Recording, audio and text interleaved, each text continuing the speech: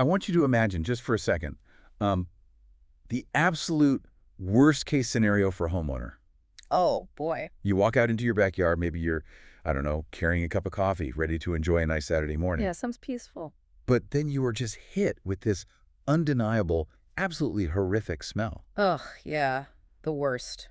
Or maybe you're inside, right? Yeah. You go to wash your hands, and you notice the bathroom sink is draining at just a glacial pace. Never a good sign. And then a few hours later, your toilet makes this terrifying gurgling sound. Or actually, let's just go straight to the nightmare level. Let's hear it. You walk into your ground floor bathroom, and you find a literal sewage backup spreading across the tile. Yeah.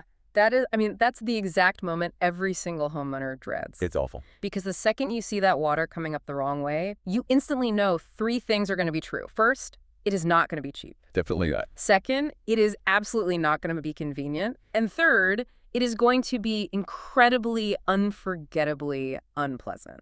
Unforgettable is definitely the right word for that. And that is the exact mission of our deep dive today. Exactly. We have a massive stack of sources here. We're talking research, plumber testimonials, environmental guidelines, specifically looking at the Homeowner's Essential Guide to Septic Health and Maintenance. It's a gold mine of information. It really is.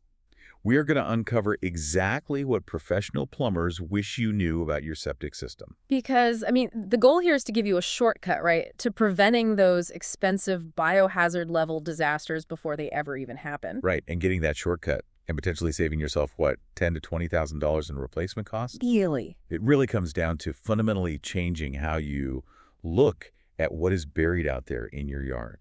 Okay, let's unpack this because the main revelation I found in these sources completely shifted my perspective. How so? Well, we tend to talk about septic systems like they're these fragile, mysterious time bombs that just randomly break and ruin our lives. Right, like it's just bad luck. Exactly. But the truth from the professionals is that septic systems are actually surprisingly durable. They're built to last for decades. They really are. Most of these catastrophic emergencies are entirely preventable. We are the ones causing them. It's our own everyday modern habits that are slowly, invisibly overloading the system until it finally breaks. Yeah, that's exactly it. And to understand why our daily habits are so destructive, we really have to look at what a septic tank actually is. Right. Because people treat it like a trash can buried in the dirt. But it's not a holding tank. It is a living, natural, biological engine. A biological engine. I love that phrasing. Yeah, because inside that concrete box, there is a complex, incredibly active ecosystem of beneficial bacteria. And their entire job, literally their only purpose, is to eat and break down solid human waste. Wow. So as they digest the solids, the liquids naturally separate and flow out of the tank into a drain field. And out there, the soil and even more microbes naturally filter the water before it hits the groundwater. So it's basically a mini treatment plant. Exactly. And when that biological ecosystem is healthy and balanced, the system works quietly in the background for generations. Generations. Yeah. Which is amazing. But, because it is a living ecosystem, I was reading this and thinking of it like a giant mechanical stomach for the house. Oh, that's a good way to put it. Right. Because What? if you feed a stomach things it can't digest, it's going to get severe indigestion. Obviously. So if we are constantly feeding the tank the wrong things, we are essentially destroying our own plumbing from the inside out. That stomach analogy is actually perfect because a biological system can only process organic material that it actually has the enzymes to break down. Right. Makes sense. So when you treat your toilet or your kitchen sink like some magical disappearing portal, you are feeding that stomach things that will eventually kill it. And the sources list the items plumbers are constantly pulling out of clogged pipes and ruined tanks. Yeah. And I got to say, some of these are just wild. Oh, I'm sure. We're talking paper towels, feminine hygiene products, cotton swabs, dental floss, diapers. Wait, diapers? Yes. Seriously, who is flushing a diaper? That is insane. Right. And it goes on cat litter, cigarette butts, just crazy stuff. The cat litter one is particularly egregious. Think about what cat litter actually is. Wait.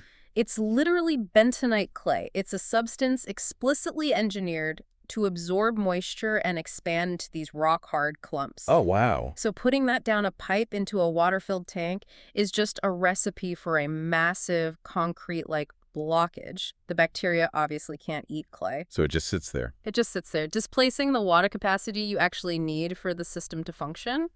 But wait, this brings up probably the most confusing part for me. Okay. If a product literally says flushable on the box, like those flushable wipes that are in every single grocery store right now, how can plumbers confidently say they're ruining the system? Ah, the flushable wipes? Yeah, because the box says they're safe. Yeah. If my mechanical stomach can digest them, why is it a problem? What's fascinating here is the massive mechanical difference between a municipal city sewer system and a private residential septic tank. Okay, so they're totally different. Completely different.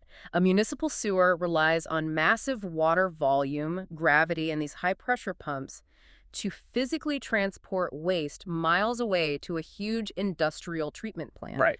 And there, giant mechanical grinders physically shred whatever comes down the pipe. So a flushable wipe might actually physically make it down your home's pipe. And then it just becomes the city's problem. Exactly. It flushes out of sight and it's out of mind. But your septic tank relies entirely on biological decomposition, not physical transportation. Okay, so it has to dissolve. Right. And here is the science of a wipe. Standard toilet paper is made of short cellulose fibers held together by very, very weak bonds. The second it hits water, those bonds basically shatter. So it turns to mush. Exactly. It dissolves into a mush that bacteria can easily consume. But flushable wipes, on the other hand, are woven with synthetic polymers. Wait, so like plastic? Essentially microplastics. They're built that way to withstand the friction of actually being used. Oh, wow. So they were literally reinforced. Exactly. And microscopic bacteria do not produce enzymes that can eat plastic, so those wipes just do not biodegrade. They sit in your tank forever. That is horrifying. They float around, they tangle together with other non-biodegradable fibers, and they drastically increase that permanent sludge layer at the bottom.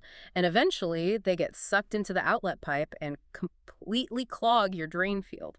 Jeez. So it's basically a marketing lie. Pretty much. Plumbers say the rule is remarkably simple. Only flush human waste and septic-safe toilet paper. That is it. Nothing else. Nothing. If you have to ask if it belongs in the toilet, the answer is always no.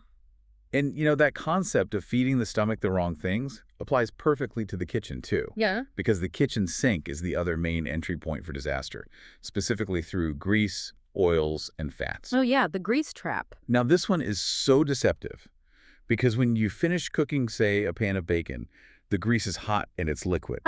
Right. You pour it down the drain with some hot water, maybe some dish soap, and it looks like it just washes away perfectly. It looks entirely harmless, but you really have to think about the temperature differential. What do you mean? Well, the ground outside your house, where your pipes are actually buried, is generally around 50 to 60 degrees Fahrenheit. Okay.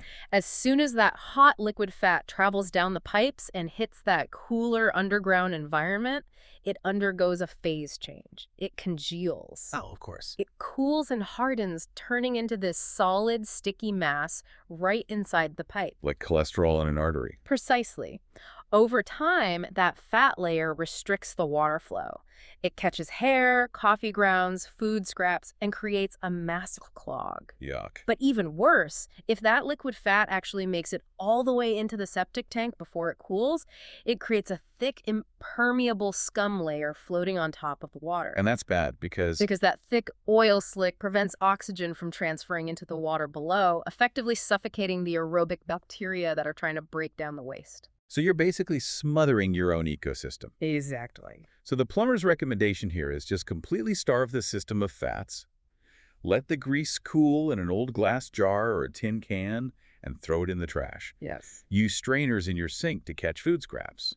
Stop putting eggshells and coffee grounds down the drain because, again, bacteria don't eat coffee grounds. Right. You want to save the tank's capacity for the organic waste it was actually designed to handle. Okay, so we lock up the wipes, we put the grease in the trash, we're feeling good, we're starving the system of the bad solids.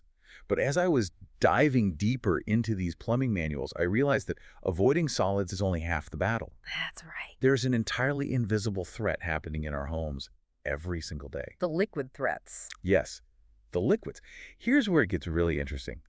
We use massive amounts of bleach, antibacterial soaps, strong disinfectants, heavy-duty foaming drain openers. Everyone wants a clean house. Right. We want our homes sparkling clean. We want to be safe from germs. But in doing so, by sending all those harsh chemicals down the drain, We are literally waging chemical warfare on our septic tanks. We really are. We are killing the very beneficial bacteria that are actively keeping our homes safe from raw sewage. It's just the ultimate irony. It really is ironic. Those chemical cleaners are quite literally engineered to destroy bacterial cell walls. They are indiscriminate killers. Right, they don't know good bacteria from bad. Exactly. And your septic system, conversely, is a delicate bacterial farm. So when you pour excessive bleach down the drain, it flows straight into that farm. You are wiping out the workforce. Which means no one is there to do the job. Right. And without enough healthy bacteria to do the digesting, the solid waste just piles up. It breaks down incredibly slowly. Odors start to back up into the house, and that raw, undigested sludge builds up incredibly fast. Okay, I have to push back on this a little bit, though. Sure, go ahead. Let's say my kid comes home from school with the norovirus or the flu. I am going to bleach that bathroom. I want those germs gone. Naturally. Are plumbers honestly saying I have to choose between having a sanitary house and having a working septic tank? Because that seems impossible. It's a great question. And no, plumbers aren't saying you have to live in a biohazard zone. Yeah. It is entirely about dosage and frequency. Okay, dosage. If we go back to your stomach analogy, using a normal, moderate amount of regular household cleaner or doing one load of laundry with a normal amount of bleach is totally fine. Okay, that's a relief. The sheer volume of water in a 1,000-gallon tank dilutes it enough that the bacterial colony can recover. Oh, I see. But dumping an entire bottle of concentrated bleach down the drain, or constantly using heavy-duty antibacterial sanitizers for every single surface every single day. Like going overboard. Yeah, that is like taking a massive, continuous dose of broad-spectrum antibiotics. You completely wipe out your gut flora, and suddenly your stomach can't process anything. That makes perfect sense. So you really need to use septic-safe, biodegradable cleaners whenever possible, and absolutely never dump leftover industrial chemicals, paint, or solvents down the drain. That makes a lot of sense. Dosage is the poison. But as I kept reading, I hit another liquid threat that genuinely blew my mind because it doesn't involve chemicals at all. Oh, this one is always a surprise to people. It's just plain water. Yeah. The concept of water overload. I mean, how can pure water be a bad thing for a water-based tank? It's all about physics, specifically retention time and gravity. Okay, break that down for me. Well, inside that tank, gravity does the heavy lifting. When wastewater enters the tank, it needs time to separate. The heavy solids sink to the bottom to form the sludge layer. Right. The lighter fats, oils, and greases float to the top to form the scum layer. And the relatively clear liquid in the middle, called the effluent, is what eventually flows out into the drain field. Got it. But that separation process takes roughly 24 to 48 hours in a calm environment. A calm environment. Which means if you send a massive tidal wave of water into the system all at once, you ruin the calm. Exactly. If you flood it, you churn up that separation like a blender. And the sources give the perfect example of how we accidentally do this, which is the weekend laundry marathon. Oh, yes. You save all your family's laundry for Sunday. You run 4 or 5 large loads back to back in the washing machine. We all do it. Right. And at the exact same time, maybe someone else in the house is taking a really long hot shower, and maybe you just started the dishwasher. That scenario is literally a septic tank's worst nightmare. Because it's too much water at once. Because you are forcing hundreds of gallons of water through a tank that is already full. By flooding the system, the wastewater simply doesn't have time to separate. Oh, so it just mixes everything up. Yeah, that churning blender action kicks up the raw, undigested solid waste from the bottom of the tank and pushes it straight out the exit pipe into the drain field. And why is that so catastrophic? I mean, it's all going to the same place, right? Because the drain field is purely designed to filter clear liquid. It's essentially a network of perforated pipes buried in gravel and sand. Right. The soil acts as a filter. Exactly. But when thick, solid waste gets pushed into those pipes, it coats the gravel and clogs the microscopic pores in the soil. The soil literally seals up. Oh, no. It loses its ability to absorb liquid, and when the water has nowhere to go, it eventually flows backward right up into your ground floor bathtub. That is so gross. And once a drain field is clogged with biomatter, you usually can't just unclog it. You often have to dig up the entire yard and replace the field, which can cost tens of thousands of dollars. Over laundry. Okay, so the fix for this is surprisingly simple, though. Just spread your water usage out. Exactly. Do 1 load of laundry a day instead of 5 on Sunday. Yeah. And fix your leaking faucets. Yes, people ignore leaks all the time. Right. The sources mentioned A toilet with a worn-out flapper valve that runs constantly can silently dump hundreds of gallons of clean water into your tank a day, completely ruining that retention time without you ever noticing. And paying attention to those little details ties directly into what plumbers say is the most frustrating habit homeowners have: Which is, ignoring the early warning signs. A dying bacterial colony or a flooded tank doesn't usually fail overnight. The system will try to warn you. right. I was reading the symptoms, and they're so easy to write off as just, quirks of an old house. Oh, definitely. Your pipes might start making a gurgling sound when you flush the toilet because air is struggling to vent. Or the shower drains just a little bit slower than it did last month. Typical signs? You might catch a faint whiff of sewage near the washing machine. Or maybe you're mowing the lawn and you notice a patch of grass over the drain field that is suspiciously green, lush, and spongy. Yeah, those are not quirks. They are red flashing lights indicating the system is actively struggling. Like a check engine light. Precisely. And the absolute golden rule of septic ownership is that early preventative maintenance is always, always cheaper than emergency repairs. If you notice a spongy lawn, do not wait for the backup inside the house to call a professional. Okay, so that perfectly sets us up to talk about solutions. We know what destroys the system: wipes, grease, chemical warfare, and water floods. So what is the active playbook for keeping this biological engine running smoothly? Well, it starts with the one non-negotiable task every single professional plumber agrees on. You must pump the tank on a regular schedule. Pumping it. Yes. Even if you are a perfect homeowner, you never flush or wipe, you use natural cleaners, your tank will eventually accumulate a layer of sludge. Because not everything breaks down. Right. Because remember, there is inert material and human waste, dirt from the washing machine, and just the husks of dead bacteria that cannot be broken down any further. That permanent sludge layer slowly rises from the bottom of the tank. And if it gets too high, it gets sucked into the drain field and ruins it, like we talked about. So how often do we actually need to pump it? The standard professional recommendation is every 3 to 5 years. Okay, that's not too bad. It depends on the size of your tank and how many people live in the house, of course, but pumping it physically removes that indigestible sludge and completely resets the clock. It protects the drain field. And speaking of the drain field, the sources highlight that protecting the actual yard above it is crucial. Because it's underground, it's so easy to just forget it's there. Out of sight, out of mind. Right. But plumbers say you should never park cars, RVs, or heavy equipment over your drain field. Oh, compacting the soil with heavy weight is disastrous. Really, just from a car. Absolutely. The microbes in the soil that do the final filtration of the wastewater need oxygen to survive. If you crush the soil with a truck, you squeeze all the air pockets out of the dirt. Oh, so you suffocate them. You suffocate the soil microbes and you literally crush the PVC pipes. You also want to avoid planting large trees anywhere near the area because those roots will actively seek out the nutrient-rich water in the pipes and eventually shatter them. Wow, okay. So we pump it every few years. We protect the grass above it. But I was reading through the sources trying to figure out what we should do, in between those pumpings. Okay. And this is where a specific product called SEPTIFIX came up a lot. It seems to be recognized by professionals as a valid preventative tool. Yes, I saw that. It's basically a small tablet you flush down your toilet once a month. And when it hits the tank, the science says it releases a massive burst of oxygen and introduces specifically bred beneficial bacteria to help break down waste, reduce those foul odors, and tackle that sludge buildup. Right.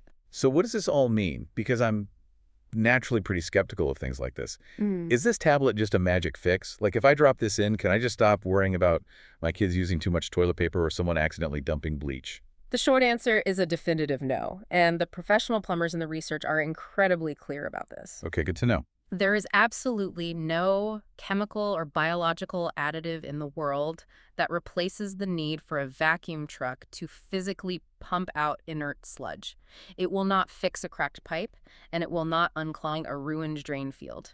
You cannot use any additive as a get-out-of-jail-free card for terrible flushing habits. Okay, so it's not a Band-Aid for bad behavior. Exactly. However, maintaining a robust, aggressive bacterial colony is the entire goal of septic care.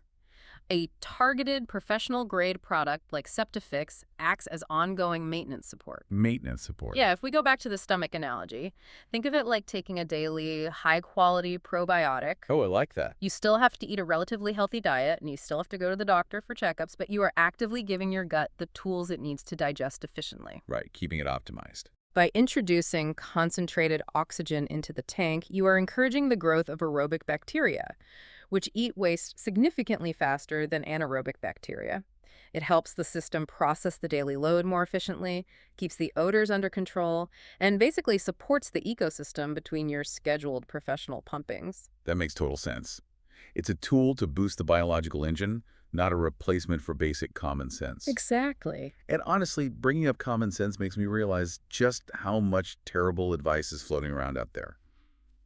Reading these plumbing guides made me realize I've been living a lie about a lot of this stuff. Oh, the myths are everywhere. They really are. I always figured if I'm at home and my sinks are draining fast and the toilet's flush with a strong pull, then my septic system is perfectly healthy. That is arguably the most dangerous assumption a homeowner can make. It is completely false. Wait, really? But everything's working. Your sinks and toilets will continue to drain perfectly normally right up until the exact microsecond the sludge level in the tank overtops the outlet baffle and spills into your drain field. Oh, wow. You can have incredibly serious, incredibly expensive internal problems developing underground for years, while the plumbing inside the house operates flawlessly. The only way to know if it's healthy is to have a professional open the lid and actually measure the sludge. Wow. Okay, here's another one. My dad always told me that every once in a while you should just turn on all the taps in the house and let the water run for a while to, flush out the pipes and keep the system clean. If we connect this to the bigger picture, what's fascinating here is how clearly that highlights our fundamental misunderstanding of the technology. People keep treating this delicate biological system as if it were just a dumb mechanical pipe. Right. If it's a pipe, flushing it makes sense, like rinsing out a dirty coffee cup. Exactly. It sounds incredibly logical until you remember the physics of the tank. As we learned with the laundry day example, flooding the system with massive amounts of clean water is the absolute worst thing you can do. Because it churns up the tank. It ruins the calm environment, churns up the solids, and destroys the drain field. You want wastewater to move through the tank slowly, methodically, and in small, manageable batches. I'm so glad I learned that before trying to rinse my own system. So, as we bring all this together, if you are listening to this and wondering what you should actually change today, the plumber-approved playbook is really just about consistency. Yes, consistency is key. Every day, you monitor what goes down the drain, flush only human waste and real toilet paper. Put your hot cooking grease in the trash, not the sink. Yeah. And spread your laundry and water usage out over the week so the tank can actually digest. And then on a monthly basis, you pay attention to the environment. Keep an eye out for abnormally slow drains, listen for those venting gurgles in the pipes, and be hyper aware of any strange, soggy patches in the yard. Right. And if you want to support the ecosystem, this is the time to introduce a preventative maintenance probiotic like those SEPTIFIX tablets to keep the bacterial workforce strong and oxygenated. And finally, your multi-year habit. Pick up the phone every 3 to 5 years, call a professional, and get the sludge pumped out. It is really that simple. Very simple. Consistency in these small daily habits matters so much more than trying to scramble for an emergency fix. Yeah. By just shifting how you think about that concrete box buried in the dirt, you are essentially guaranteeing that your home remains your comfortable, safe sanctuary, rather than turning into the site of a truly horrific plumbing nightmare. It's a huge shift in perspective. And this raises an important question, though. What's that? We've spent this entire time looking at how incredibly easily we can disrupt this one biological system buried in our yards just by going about our daily lives. Yeah, it's pretty sobering. If our modern obsession with antibacterial everything, our reliance on harsh chemical cleaners, and our demand for the convenience of indestructible flushable wipes is actively destroying the natural bacterial ecosystems our homes literally rely on to function. Right. What other hidden natural processes in our daily lives are we accidentally sabotaging simply because we prioritize modern convenience over biological reality?